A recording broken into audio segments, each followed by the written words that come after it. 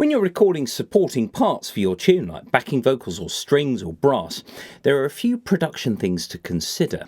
How many parts of each are you going to record? Do you want a bigger section? And if so, how are you going to achieve this? Well, there are a few problems along the way and a few solutions. Let's have a look.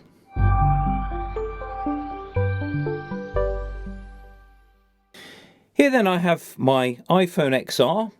You'll excuse the video on another device, but the screen record's given up on this phone.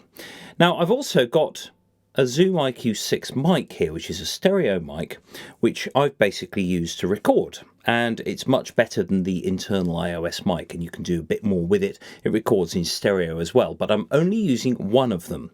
So I'm going to record some backing vocals, and let's have a look at how we can make this work. Now I'm going to press record, sing a line, and I'm going to sing it twice more. Do, do, do, do, do. And again. I'll explain why I'm recording more than one. Do, do, do, do, do, do. And again. Do, do, do, do, do. Why three then? Why not just two?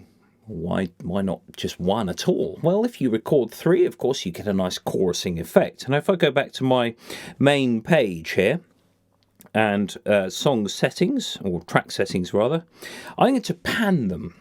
So I'm just going to switch the metronome off and just play this back on its own. This is still mono, so everything in the middle. Do, do, do, do, do. Notice the rhythm has to be exactly the same. Now this will become clear when I start panning these tracks. If I go to the bottom track and pan it right, and the top track and pan it left, and leave the middle one in the middle of my mix, any rhythmic problems are going to show up instantly. Do, do, do, do, do. The one on the right ended very slightly after the other two. You've got to try and sort that out, or you could put a fade on or something, or best still, do it again. But for this purpose, we'll just stick with what we've got. Now, if I look at the left and right channels, if I take the one away in the middle, just mute that, or I could have used the mute button. If I just listen to the left and rights only, it sounds a bit weird. It sounds slightly directionless. And actually what's happening here, now this is more of a mathematical and a physical thing that's happening, is that when you sing the same line, you're singing basically the same sort of waveform or similar into your mic. Now if you sing a waveform and then you sing another waveform that is ever so slightly delayed, what's actually going to happen is they work against each other and they're sort of out of phase. That's more the sort of technical term. But if I introduce the middle one, it's giving a nice central sort of aspect to it. Do, do, do, do, do. So leaving aside the rhythmic issue at the end, it's actually bringing everything together. So recording three parts is a really good move. You can record 4 or 5 or 6, but odd numbers seem to work the best. So I'm just going to now record that again, but this time I'm going to try. Obviously I'm on my own in this studio. Lots of us record on our own, do our own backing vocals, own string parts, etc. Wouldn't it be nice to have some different sounds? Well, of course you can sing it slightly differently with your voice, but you can also vary your position with respect to the mic. So you could actually turn slightly like this. Whenever you turn away from a mic, it's the off-axis response of a microphone falls off sharply in some cases, less sharply in others.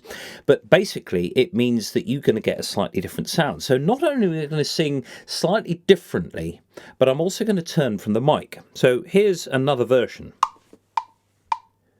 Do, do, do, do, do, do.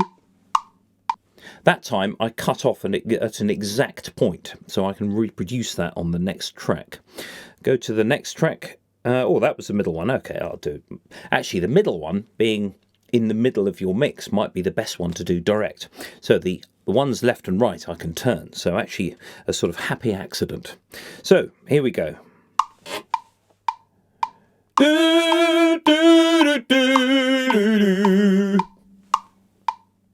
That time I attempted to come off exactly the same place. And then my right hand side.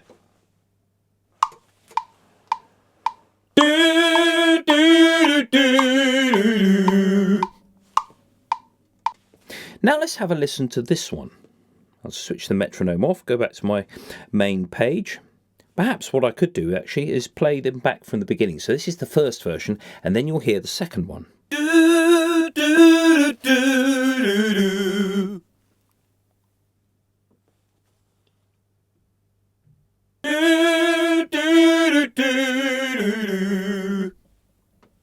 The second one for me, leaving aside the fact that it did cut off. Now, on any digital audio workstation, of course, when you press record, it records from the moment you press that button. So I'm able to bring actually this track back slightly to hear the beginning. Now, the second one for me just had a bit more immediacy, a little bit more of an ensemble approach, because it had 3 different sounding tracks.